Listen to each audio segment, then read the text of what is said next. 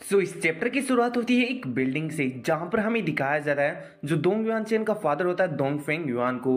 और इसी के साथ ये दोंगफेंग फैमिली का हेड भी होता है। एंड यहाँ पर उसके सामने एक लड़का बैठा होता है जिसका नाम जी सुआन होता है। वो कह रहा होता है कि मैं आपसे इसलिए मिलने आया हूँ क्योंकि मैंने आपकी रेपुटेशन के बारे में सुन रखा था कि जो दोंगफेंग फैमिली वो ड्रग्स की रिसर्च एंड डेवलपमेंट के मामले में बहुत ही ज़्यादा यहाँ पर बढ़िया है। एंड इसी बात को सुन रहे होते हैं यहाँ पर युआन, लेकिन तभी दिखाया जाता है उससे पहले उसको कुछ जवाब देते हैं। उनके कान में जो ब्लूटूथ लगा होता है उसके अंदर कोई कॉल आने लगता है और इसके लिए उसे एक्सक्यूज में बोलकर साइड में आ जाते हैं। एंड फिर सामने से आवाज आता है कि यहाँ पर कुछ गलत हो चुका है, जो यहाँ पर पिन हमने यंग मास्टर के शरीर के ऊपर लगाया था वो अभी बंद हो चुका है। तो इसका मतलब तो ये हुआ ना कि जो यंग मास्टर युआन चेन है उनका मौत हो चुका है। एंड इस बात को सुनकर जो युआन होता है वो कहता है कि अच्छा ऐसी बात है। और इसी के साथ जो इसका लुक है वो बहुत ही ज्यादा डार्क हो जाता है और इस चीज को यहाँ पर जो जी सुआन है वो भी नोटिस कर लेता है और वो कहता है क्या तुम्हारे साथ कुछ गलत हुआ है। लेकिन जो युआन है वो अपना चेहरा वापिस से नॉर्मल कर लेता है और कहता है कि नहीं, यहाँ पर बस कुछ कुत्ते हैं जो कि वापस से ट्रबल मचा रहे हैं। मुझे तो लगता है कि मुझे वापस जाना होगा और इस चीज़ को सोल्व करना होगा।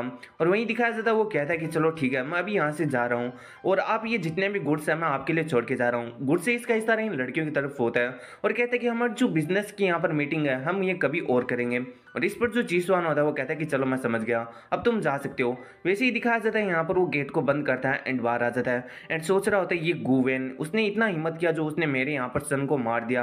अब एक बार मेरा जो दोंगफेंग फैमिली है उस फील्ड या ऑर्गेनाइजेशन को ज्वाइन कर लिया, उसके बाद में मैं गुवेन को छोड़ूंगा नहीं, उसे पूरा खत्म कर डालूंगा। वहीं कहानी शिफ्ट होती है कुछ दिनों बाद में जहां पर हमें अपने लीजान को दिखाया जाता है जो कि यहाँ पर उसी पॉइंट के अंदर होता है जो कि ब्लड का होता है। वहां पर एक एसेंस होता है जिसे यहाँ पर एब्जॉर्ब करने का कोशिश कर रहा होता है। अब उस एसेंस के बीच में एक बॉक्स होता है जो कि जैसे ही अपना अमसी उसे पूरा एब्जॉर्ब करता है वो बाहर निकल कर आ जाता है। अब उस बॉक्स के ऊपर एक बिल्ली जैसा कुछ बना हुआ होता है एंड उस बॉक्स में से एक लिटरली बिल्ली ही बाहर निकलती है।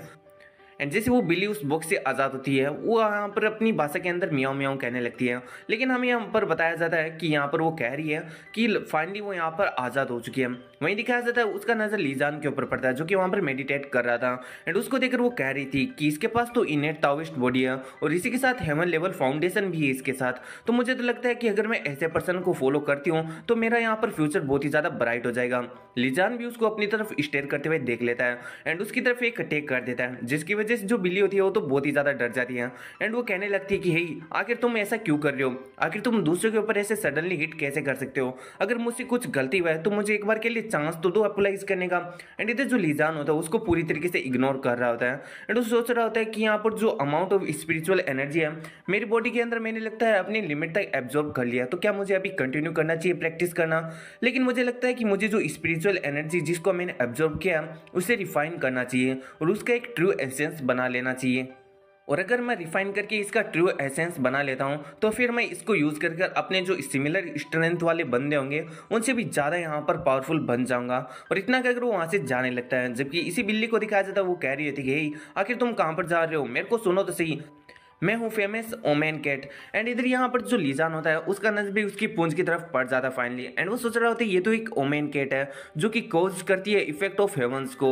एंड इस बात को सुनकर जो ओमेन कैट होती है वो कहती है कि हाँ हाँ तुमने सही पहचाना, मैं वही पावरफुल कैट हूँ। वहीं जो लीजान होता है उससे पूछता है फाइनली कि आखिर तुम यहाँ पर इस बैरियर के अंदर कैसे सील हो गई। यानी जो लीजान है उसको भी इसका भाषा समझ में आता है। अब जो कैट होती है वो कहती है कि मेरे को नहीं पता क्योंकि मुझे यहाँ पर पकड़ा गया था, उसके बाद लॉक कर दिया गया, फिर मुझे एक रोटन बॉक्स में डाला गया एंड जब वापिस से उस बॉक्स को खोला गया तो मैं इस पैलेस पर थी और आज मैं फाइनली यहाँ से आजाद हो गई। इस बात को सुनकर जो यहाँ पर लीजान होता है वो कहता है कि एक ऐसी ओमेन कैट जो कि खुद को ही यहाँ पर नहीं बचा सकती, खुद की रक्षा नहीं कर सकती, आखिर वो मेरे किस काम की आ सकती है। और इतना कहकर वो वहाँ से जाने लगता है जबकि जो ओमेन कैट होती है वहाँ पर पत्थर के अंदर ही बदल जाती है। एंड फिर वो सोच रही होती कि नहीं, मुझे लगता है कि मुझे यहाँ पर कोई बड़ा मूव यूज़ करना होगा। और इतना कहकर वो यहाँ पर जो लीजान होता है उसके ऊपर पीछे से हमला कर देती है। वैसे हमें तो ऐसा ही लगता है कि वो हमला कर रही है, लेकिन नेक्स्ट सीन में दिखाया जाता है यहाँ पर जो केट होती है वो लीजान के पीछे से यहाँ पर उसके लिपट जाती हैं। एंड इधर वो केट कह रही थी कि मैं बहुत ही ज़्यादा ब्यूटीफुल हूँ और यूज़फुल हूँ आपके लिए, आप मुझे अपना ताविस्ट कंपेनियन क्यों नहीं बना लेते, आपको टेंशन लेने का कोई भी जरूरत नहीं है कि आपके पास 7 लेवल का फाउंडेशन है, क्योंकि मेरे पास भी यहाँ पर मिड लेवल का फाउंडेशन है। तो यहाँ पर हमें पता चलता है कि जो लीजान है उसके पास 7 लेवल का फाउंडेशन है, जो कि सिर्फ और सिर्फ रूमर्स में ही होता है। एंड इधर जो कह रही होती है केट कि मैं बहुत ही ज़्यादा चार्मिंग हूँ, क्या नहीं हूँ मैं? तो आपको क्या लगता है, क्या आपको मुझे बना लेना चाहिए अपना ताविस्ट कंपेनियन? एंड इधर जो लीजान होता है वो सख्त लौंडा होता है, वो कहता है कि यहाँ से दफा जाओ, और इतना कर वो एक बहुत ही ज़्यादा तकड़ा उसको पुश देता है, जिसकी वजह से जो केट होती है वो पीछे आकर गिरती है। एंड फिर वो जो केट होती है वो कहती है कि अच्छा अगर तुम ऐसा ही चाहते हो तो फिर ठीक है, मैं यही चीज़ यूज़ करने वाली हूँ। और इतना कर वो अपनी सासके वाली आंखों को यूज़ करने लगती है, और इसी के साथ दिखाया जाता है यहाँ पर जो लीजान होता है उसे भी अभी तकलीफ होने लगता है, उसे अपना जो 22 वाला सेल्फ वो वापिस से याद आने लगता है, और वही टाइम याद आने लगता है कि जब वो ट्रिबुलेशन को पार कर रहा था इमोर्टल वर्ल्ड के लिए। एंड अब उसको ऐसा लगने लगता है इस केट की वजह से कि वो उस ट्रिबुलेशन को बिल्कुल भी पास नहीं कर सकता। जो ट्रिबुलेशन है उसके लिए बहुत ही ज़्यादा यहाँ पर बड़ा डिजास्टर बन चुका है, और वो अपनी डेस्टिनी को कभी भी एस्केप नहीं कर सकता। एंड वही जो केट होती है वो कह रही होती है कि अगर तुम इस डेस्टिनी को यहाँ पर एस्केप नहीं कर सकते तो फिर तुम मेरा हेल्प ले सकते हो, मुझे अपना कंपेनियन बना लो। और इसी के साथ जो बाइसू होता है वो भी अपना हाथ उसी की तरफ कर रहा होता है। एंड तभी दिखाया जाता है यहाँ पर प्रेजेंट टाइम का सीन, जहाँ पर जो लीजान होता है उसके कान को पकड़ लेता है और कहता है कि अच्छा तो तुम्हें लगा था कि तुम अपनी आंखों वाली टेक्निक को यूज़ करके मुझे यहाँ पर ट्रैप कर लोगी। यहाँ पर जो ओमेन कैट होती है वो कहती है कि ये मेरा गलती था, आगे से मैं कभी भी शो ऑफ नहीं करूँगी, और ना ही मैं एडल्ट के साथ कुछ भी ऐसा ट्राई करने का कोशिश करूँगी। तो क्या प्लीज़ आप मेरे को अपने आप को फॉलो करने दे सकते हो? क्योंकि और खुद को फॉलो करने के लिए इतना ज़्यादा डेस्परेट देखकर यहाँ पर जो लीजान होता है वो उसको इस चीज़ के लिए एग्री कर देता है। सेंसिटिव होता है, हमें दिखाया जाता है तियानजाओ और तियानजेन को। अब जो तियानजेन होती है वो काफ़ी ज़्यादा सेंसिटिव होती है गुड स्मेल्स को लेकर, इवन गुड स्मेल्स को नहीं बल्कि वो हर एक स्मेल को लेकर बहुत ही ज़्यादा सेंसिटिव होती है। तो वो यहाँ पर कल्टीवेट कर रही होती है उसी गुड स्मेल्स को लेकर। यहाँ पर जो तियानजा होता है वो कह रहा होता है सिस्टर आखिर तुम्हारे अंदर से ये सुपर पावर कैसी है, और जो तुम्हारी सुपर पावर हो तो बहुत ही ज़्यादा बढ़ चुकी है। अब यहाँ पर जो तियानजेन होती है वो कहती है कि एक्चुअली मुझे भी नहीं पता, लेकिन मुझे यहाँ पर कोई स्ट्रेन सा स्मेल आ रहा था, एंड मैंने उसी को यहाँ पर कल्टीवेट करना स्टार्ट कर दिया, जिसकी वजह से मुझे यहाँ पर काफ़ी ज़्यादा स्ट्रोंगर सा महसूस हो रहा है। अब इसकी बात को सुनकर जो तियानजा होता है वो सोच रहा होता है कहीं ऐसा तो नहीं कि जो मेरा सिस्टर है वो भी एक सुपर जीनियस है और इस फैमिली के अंदर सिर्फ और सिर्फ मैं ही एक लूजर हूँ। सीन से उठता है, हमें दिखाया जाता है यहाँ पर पॉन्ड के अंदर कुछ हलचल होने लगती है, जिसकी वजह से ये दोनों भाई बहन भी थोड़ा हैरान हो जाते हैं। एंड तभी दिखाया जाता है यहाँ पर कोई और नहीं बल्कि लीजान एंड उसका केट होता है, ओमेन केट। वहीं पर दिखाया जाता है यहाँ पर जो तियानजा होता है वो तो कहता है कि ये तो हमारे ब्रदर बेनिफिट रहे हैं, लेकिन यहाँ पर दो लोग कैसे हैं? तियानजा पूछता है कि आखिर ये लड़की कौन है? वहीं जो ओमेन केट होती है वो कहती है कि सुई यू मेरा नाम है, और इसी के साथ जो मैं ताविस्ट की है ना एक कंपेनियन हूँ। एंड यहाँ पर अपना एमसी भी इसकी तरफ देखता है और कहता है क्या? तो ओमेन केट को जिसके माइंड में कुछ और ही चल रहा होता है, एंड सोचते हुए खाना खा रही होती है, एंड जैसी वो सोच रख रही थी उसकी वजह से वो काफ़ी ज़्यादा ब्लश भी कर रही होती है, और इस चीज़ को यहाँ पर जो तियानजेन होती है वो भी नोटिस कर रही होती है। एंड वो सोच रही होती है कि ये सच में ताविस्ट कंपेनियन है, मुझे तो इस चीज़ पर बिलीव नहीं होता, ये वुमेन और ताविस्ट की कंपेनियन हो ही नहीं सकता। एंड इधर दिखाया जाता है लीजान को जो कि सोच रहा होता है कि जो मेरी स्पिरिचुअल एनर्जी है वो वापस से रिवाइव हो चुकी है, एंड मुझे अपना जो कल्टीवेशन है उसे और भी ज़्यादा फास्ट तरीके से बढ़ाना होगा, और मुझे ऑल्सो नेक्स्ट स्पिरिचुअल आई के लोकेशन के बारे में फाइंड करना होगा जितना जल्दी पॉसिबल हो सके उतना। तो यहाँ पर हमें ये पता चलता है कि स्पिरिचुअल आई कोई एक नहीं है, यहाँ पर बहुत सारा है, एंड ये चीज़ें अपना जो अमसी है वो फ्यूचर के अंदर फाइंड करने वाला है। वहीं पर जो तियानजेन होती है वो इसे अपनी लेवल अप या फिर इंप्रूवमेंट के बारे में बताती है, एंड खुद को यहाँ पर प्रेस करने को कहती है। इस पर यहाँ पर जो लीजान होता है उसे कीप इट अप करने को कहता है। वहीं वो तियानजाओ से इसके बारे में पूछता है कि आखिर उसका कितना ज़्यादा प्रोग्रेस हुआ है। तियानजाओ कहता है कि नहीं मेरा कुछ भी प्रोग्रेस नहीं हुआ है, लेकिन इसमें ज़्यादा टाइम नहीं लगेगा, मैं कर लूंगा। और हाँ, जो हमने दोंग युआन सुआओ को मारा था उसके बाद में उसके फादर काफ़ी ज़्यादा गुस्सा हो चुके हैं, और जो दोंग फैमिली है वो बदला लेने के लिए हमारे पास जरूर आई थी, लेकिन हमारी जो गू फैमिली उसे आसानी से जरूर से संभाल लेगी। इधर यहाँ पर अपने हमसे कहता है कि ये तो बहुत ही ज़्यादा अच्छी बात है, क्योंकि इसके बाद में मुझे यहाँ पर डिस्ट्रैक्ट होने का कोई भी जरूरत नहीं है। वहीं सीन से उड़ता हमें दिखाया जाता है कोंगो जिसके सामने कोई बंदा खड़ा होता है। अब जो कोंगो था वो कह रहा होता है कि मैंने तुम्हें पहले ही बोला ना कि जिस पर्सन की तलाश में तुम यहाँ पर आए हो वो बंदा यहाँ पर घर पर नहीं है।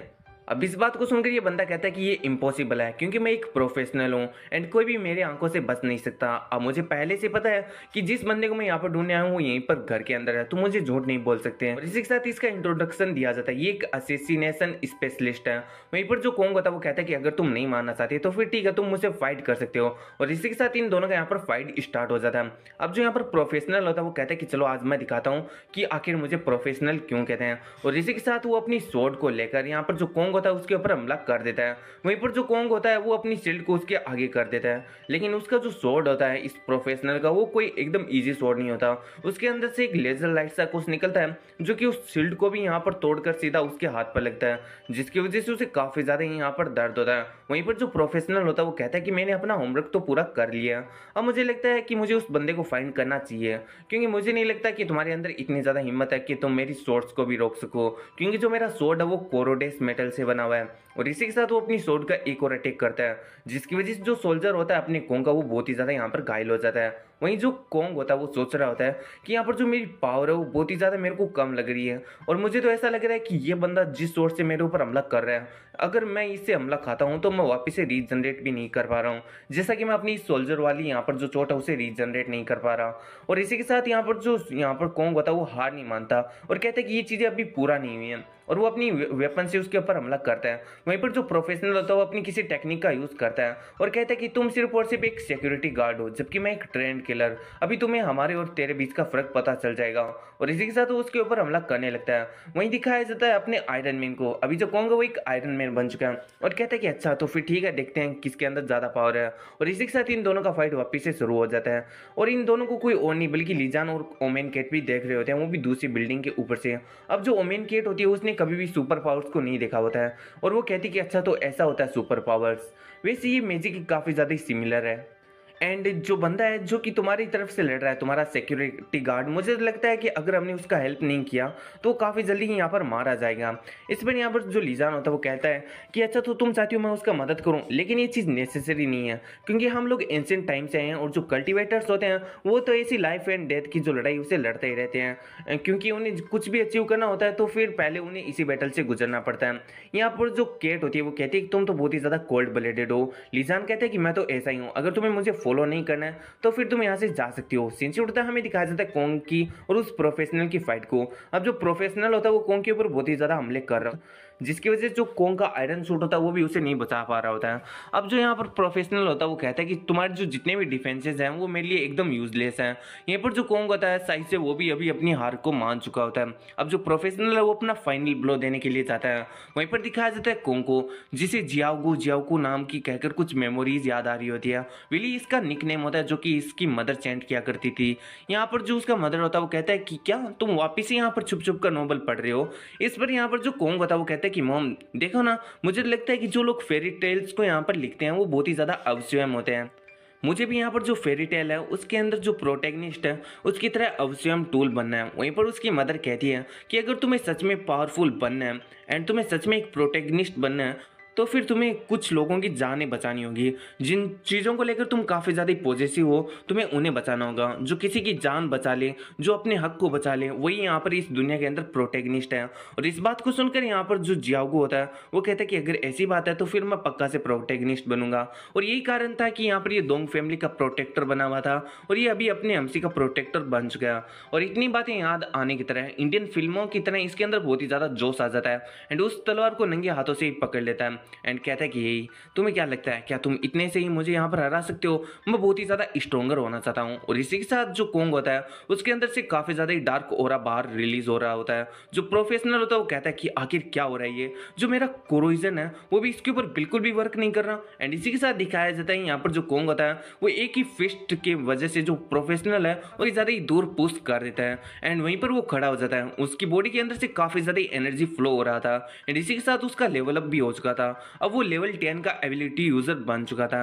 एंड इधर इस चीज को देखकर जो प्रोफेशनल होता है वो कहता है कि ये कैसे पॉसिबल हो सकता है, क्या मैं यहाँ पर कोई सपना देख रहा हूँ? इस बंदे ने अपना खड़े खड़े यहाँ पर लेवल अप कर लिया और इसी के साथ यहाँ पर जो इसके वेपन्स थे उनका भी क्वालिटी बढ़ चुका है। वहीं दिखाया जाता है यहाँ पर कोंग को जो कि अपने फिस्ट को लेकर यहाँ पर प्रोफेशनल की तरफ बढ़ जाता है एंड वो काफी ज्यादा एक फिस्ट को जो कि एनर्जी से बना हुआ होता है उसको यहाँ पर प्रोफेशनल की तरफ भेजता है, जिसकी वजह से जो प्रोफेशनल है वो काफी ज्यादा दूर जाकर गिरता है एंड वहाँ पर दिखाया जाता है जो प्रोफेशनल होता है वो उसके फायर फिस्ट की वजह से काफ़ी ज़्यादा घायल हो चुका होता है एंड वो काफ़ी ज़्यादा यहाँ पर नंगा भी हो चुका होता है एंड इसलिए वो कह रहा होता है कि ही जो फाइटिंग होती है वो तो फाइटिंग होती है ना, आखिर मेरे कपड़े जलाने की तुम्हें क्या जरूरत थी।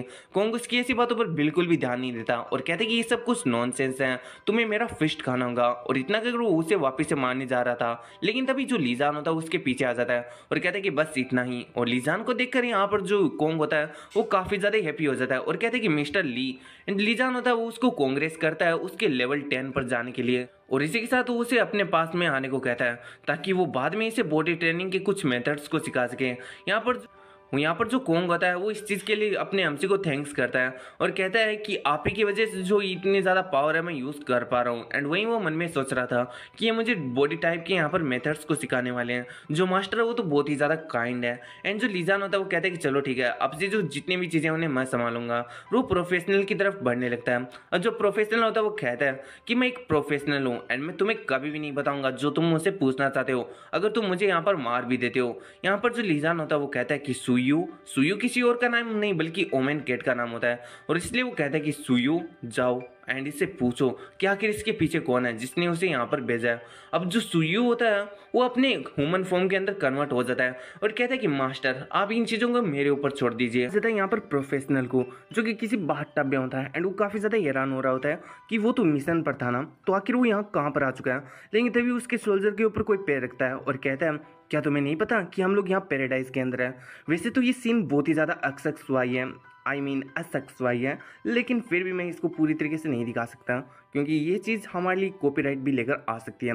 एंड ये जो लड़की होती है उसका नाम आंटी मई होता है एंड उस आंटी मई को देखकर जो यहाँ पर प्रोफेशनल होता है वो कहता है आंटी मई आप यहाँ पर क्या कर रहे हो, क्योंकि आप तो यहाँ से अब्रोड चले गए थे ना।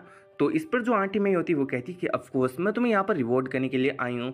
और इसी के साथ वो कहती है कि तुम बहुत ही ज़्यादा प्रोफेशनल हो, वो भी इंटीमिडेटिंग और अपने एनिमीज़ को मारने के लिए। और अगर तुम नहीं होते, तुम हमारी टीम को यहाँ पर लीड नहीं करते, तो क्या तुम्हें लगता है कि हम लोग लीजान को इतना ज़्यादा इजीली मार पाते हैं। एंड इस बात को सुनकर जो प्रोफेशनल होता है वो कहता है क्या लीजान मर चुके हैं। एंड इधर दिखाया जाता है जो आंटी में होती है वो BW जॉब दे रही होती है उसे। एंड ये सीन भी मैं नहीं दिखा सकता, आई एम सॉरी। एंड इधर जो यहाँ पर प्रोफेशनल होता है वो कह रहा होता है लेकिन वो कैसे मरा। लेकिन जो आंटी में होती है वो कहती है कि तुमने इतना ज़्यादा सिग्निफिकेंट कॉन्ट्रीब्यूशन किया है तो तुम एक रिवॉर्ड तो डिजर्व करते ही हो। एंड यहाँ पर जो प्रोफेशनल होता है वो जो कि पहले से यहाँ पर रिवॉर्ड को रिसीव कर रहा है वो कहता है कि नहीं, मुझे नहीं लगता कि मुझे कोई भी यहाँ पर रिवॉर्ड चाहिए, क्योंकि यहाँ पर जो लीडर है उन्हीं की गाइडेंस की वजह से आज मैं एक शाइनिंग स्टार बन पाया हूँ, वो भी किलर वर्ल्ड के अंदर। और इसी के साथ ये मेरा ड्यूटी है कि मैं लीडर का यहाँ पर हेल्प करूँ, उनकी जितनी भी प्रॉब्लम्स हैं। एंड आखिर मैं रिवॉर्ड के बारे में कैसे पूछ सकता हूँ, जो फ्यूचर है उसके अंदर मैं अपनी ब्लैक वाटर गैंग को दुनिया की नंबर 1 गिल्ड बनाना चाहता हूँ। एंड उस गिल्ड का यहाँ पर जो लीडर होना चाहिए वो हमारी लीडर होनी चाहिए, मेरे लिए तो यही काफ़ी है। एंड इधर दिखाया जाता आंटी मई को जो कि कह रही होती कि अच्छा जिया हुई, मुझे लगता है कि तुम सच्ची में फ्यूचर देख सकते हो, ये चीज़ तो होनी है अगर तुम हमारे साथ में रहोगे। एंड इधर यहाँ पर जो प्रोफेशनल होता है वो कहता है आंटी मई आखिर आप कर क्या रही हो, क्योंकि आपको पता है मैं प्रोफेशनल होने के साथ साथ लॉयल किलर भी हूँ, मैं ऐसा कुछ भी नहीं कर सकता क्योंकि आप लीडर के लिए बहुत ही ज़्यादा प्रीशियस हो। आंटी मई कहती है कि अच्छा तो तुम्हें लगता है कि तुम मुझे पसंद नहीं करते, लेकिन जो तुम्हारी बॉडी है वो तो कुछ और ही कह रही है। एंड इधर जो प्रोफेशनल होता है वो कहता है कि हाँ मैं आपको पसंद करता हूँ, लेकिन एक मदर के एक्सपेक्ट में। वहीं जो लेडी मई होती है वो कहती है कि अच्छा तो कम से कम तुम यहाँ पर अपना लास्ट एन्जॉयमेंट तो कर ही सकते हो, भले ही ये चाहे कोई ड्रीम हो। एंड इस बात को सुनकर जो प्रोफेशनल होता है वो कहता है लास्ट एन्जॉयमेंट आप कहना क्या चाहती हो। एंड इसी के साथ दिखाया जाता है यहाँ पर जो आंटी मई होती है उसकी आंखें काफ़ी ज़्यादा यहाँ पर ब्लडी हो जाती हैं एंड वो अपनी चेस्ट के पास इसको चिपाकर उसको वहीं पर मार डालती हैं। फिर सीन जो होता है हमें दिखाया जाता है वापस से रियल वर्ल्ड का सीन, यानी जितना भी कुछ चल रहा था वो सारा का सारा इल्यूजन वर्ल्ड के अंदर चल रहा था जो कि अपनी ओमेन केट ने किया था। वहीं ओमेन किट कह रही थी कि ये बंदा तो सच में बहुत ही ज़्यादा यहाँ पर प्रोफेशनल है, मैंने तो थोड़ा सा यहाँ पर फोर्स लगाया था और ये बंदा यहाँ पर सच में मर गया। एंड इधर जो कोंग होता है उसको तो कुछ भी समझ में नहीं आ रहा था, वो प्रोफेशनल को देखकर सोच रहा था कि आखिर यहाँ पर चल क्या रहा है, आखिर ये इतना ज़्यादा अचानक कैसे मर सकता है। वहीं पर जो ओमेन किट होती है वो अपने अमसी को बता रही होती है कि इसने मेरे को कहा था ब्लैक वाटर गैंग के बारे में, लगता है कि ये कोई ऑर्गेनाइजेशन है एंड उसके अंदर आंटी मई नाम की एक लड़की भी रहती है जिसका जो पोजीशन है वो यहाँ पर उसके लीडर जितना ही है।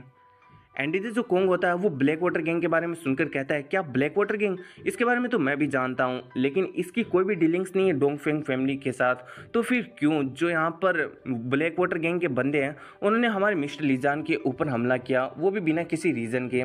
एंड इस बात को सुनकर जो लीजान होता है वो कहता है कि चलो ये तो हमें जाकर ही चेक करना होगा कि आखिर उन्होंने हमारे ऊपर हमला क्यों किया।